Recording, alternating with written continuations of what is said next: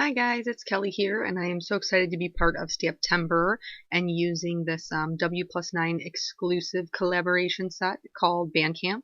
I'm using this die cut from WPlus9 gift cards dies and this chevron stencil from Simon Says Stamp. It's kind of an older one, but I still like it. Still works, still good stuff. So I put repositional adhesive on the back of my stencils, and I'm going to use some distress inks to create a background, mustard seed and fossilized amber. And I'm going to go in with the mustard seed first. I'm not going to go all the way down. I want it to be more of a graduated look. And then I'm going to switch over to the fossilized amber, and I'm going to put that just on the top portion of it.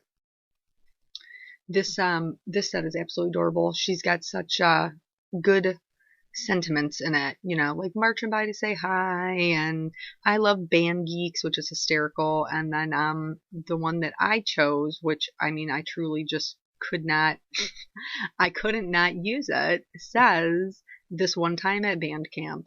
Like, oh my gosh, could that be any more perfect? Maybe it's a generational thing, but I loved that movie. I thought it was hysterical. So here I'm stamping the little girl, but I want the flute to be in her hand. So I have to stamp the flute first, and then I'm going to go ahead and mask it, except I forgot that I needed to mask it. So very quick little masking going on with some copy paper and Tombow Mono Multi Glue. And I'm just going to trim that out and then lay it down so that way when I stamp the little marching girl over it, her hand is behind the flute instead of in front of it. So, yeah, Stamptember, such an exciting time. Oh my gosh, there's like so much stuff, so much good stuff to spend all your monies on. Holy, I mean, I'm gonna be broke by the time it's over, but in like the best kind of way. So, I'm gonna color her with some Copics. Oh wait, there. Oh, I'll figure it out. There it is. Self-admittedly, this is a new skin combination for me. And it worked out fine, and that's okay, but I had run out of my lightest color that I normally use, which is E00. So after looking around, I just tried out a couple of different ones, and I felt like this one worked perfectly fine. So I always start with my lightest color, and then I go in with my darkest, my medium, and then my darkest, and then I work in reverse. I go from darkest, medium to light.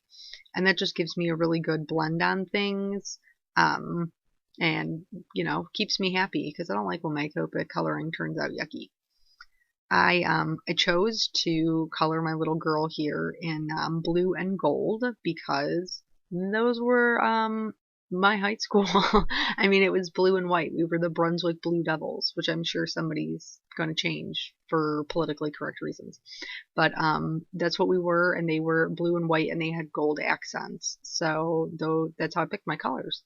But you color them anything, and I think it would be super cute if you had, you know, a child or grandchild, or you know, just a friend that they were in marching band. I had tons of friends in marching band when I was going to school, so I think it would just be a really sweet card. And like I said, those sentiments, oh man, they kill me. That Dawn, she's funny. So here I'm just going to color in the accents gold. I realize now that I forgot to tell you what yellows I'm using, so let me share that information. I'm using Y00, Y21, and Y26. Now, if I was coloring something larger with gold shades, I would probably add in like a Y08 and a Y15, but these areas are so small. I mean, to get any real blending is next to impossible. So what I'm doing is more than sufficient for the space that I have been given. So yeah, these the blues that I'm going to use are a natural blending group. So those were pretty easy to pick out, and I decided to leave the highlight on the right hand side just because that's the way she's facing. So that's just how I picked it. It wasn't anything. It was no like serious design game plan going on there or anything. That's just the way it worked, and again, starting with my light, I'm just using some feathering motion so I get a good blend.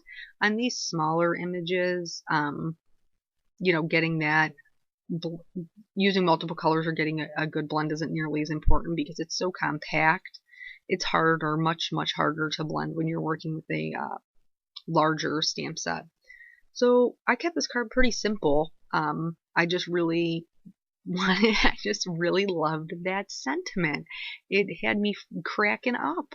I know that a lot of people think whatever as crafters, that we're like these wholesome, like grandmas who don't have a sense of humor or whatever, and I just love anybody who's willing to put something out there that is maybe a little different, but just completely hysterical. Oh, cracks me up. So yeah, so my little girl had to have a flute, right? I mean, that just makes sense. So I tried to keep this video, I know you're looking at like 12 minutes. This is relatively short for me, I promise, because I'm super chatty and I just want to tell you my whole life story. I'm for sure an oversharer. So if this is your first video of mine that you're watching, and you're not into chatting, don't go watch any of the other ones because I'm super, super into chatting. That's just, I like people. I mean, for the most part, I like people. And especially crafting, it's interesting the conversations that you can have with people and things that you can learn. So after I got done coloring her, I went ahead and outlined her. I won't make you watch the whole thing, I promise. It was just, I just prefer a bold outline.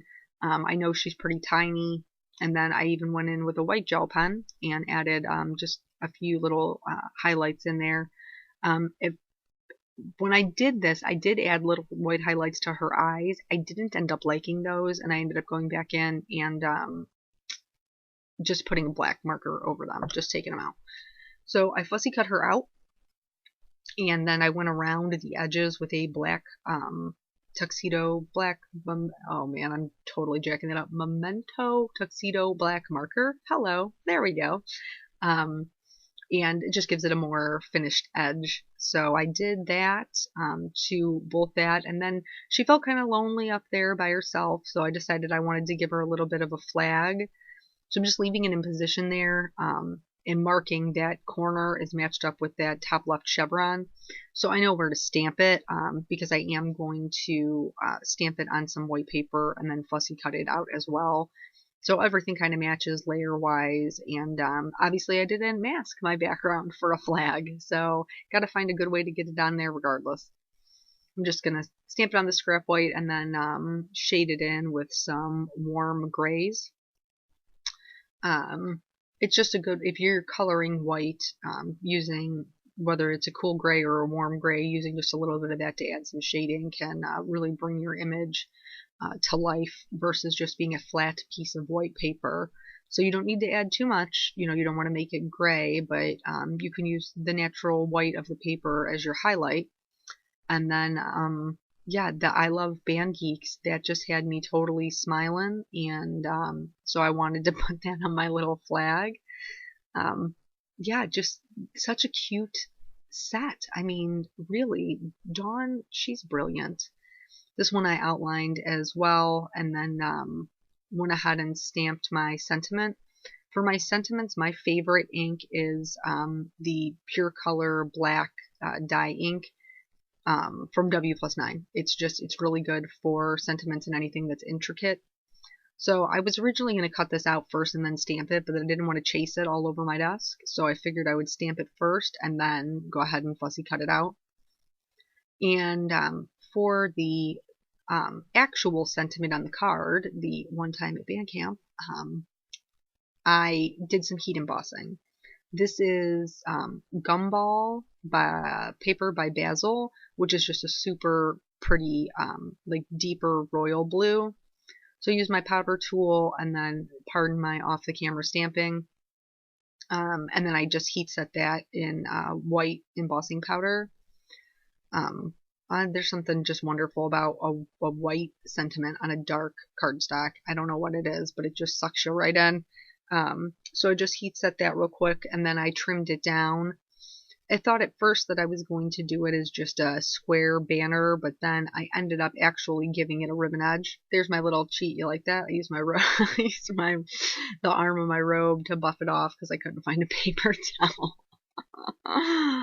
Oh, what are the things we do for crafting. Most of the time nobody sees this because I'm alone in my craft room, so, no judgment. But here's me, I'm just doing some really wide banner edges there because I hadn't planned on it. And then now that I got my placement right, I'm going to start adding these onto my little stamped panel. Everything's going to go down flat with some Tombow Mono multi-glue right onto that little die cut. And then once I am done with that, I will go ahead and mount the whole thing with sketch foam tape. The only thing that I had to do a little bit of both with was this flag because the edge hangs over and I didn't want it to be like flappy hangy off the side. I wanted it to be sturdy. So I just cut a little teeny tiny piece, little square there.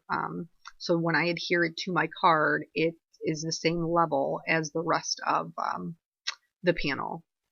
So we're just going to put that on there, and then that's pretty much going to be the card. It's pretty simple, but I love it. It just cracks me up. Who wouldn't want to get a card like that and make them laugh in the mail, right?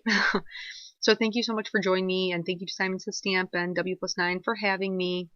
And yeah, so that's the card, guys. Thank you, and enjoy the rest of the hop. Have a good day.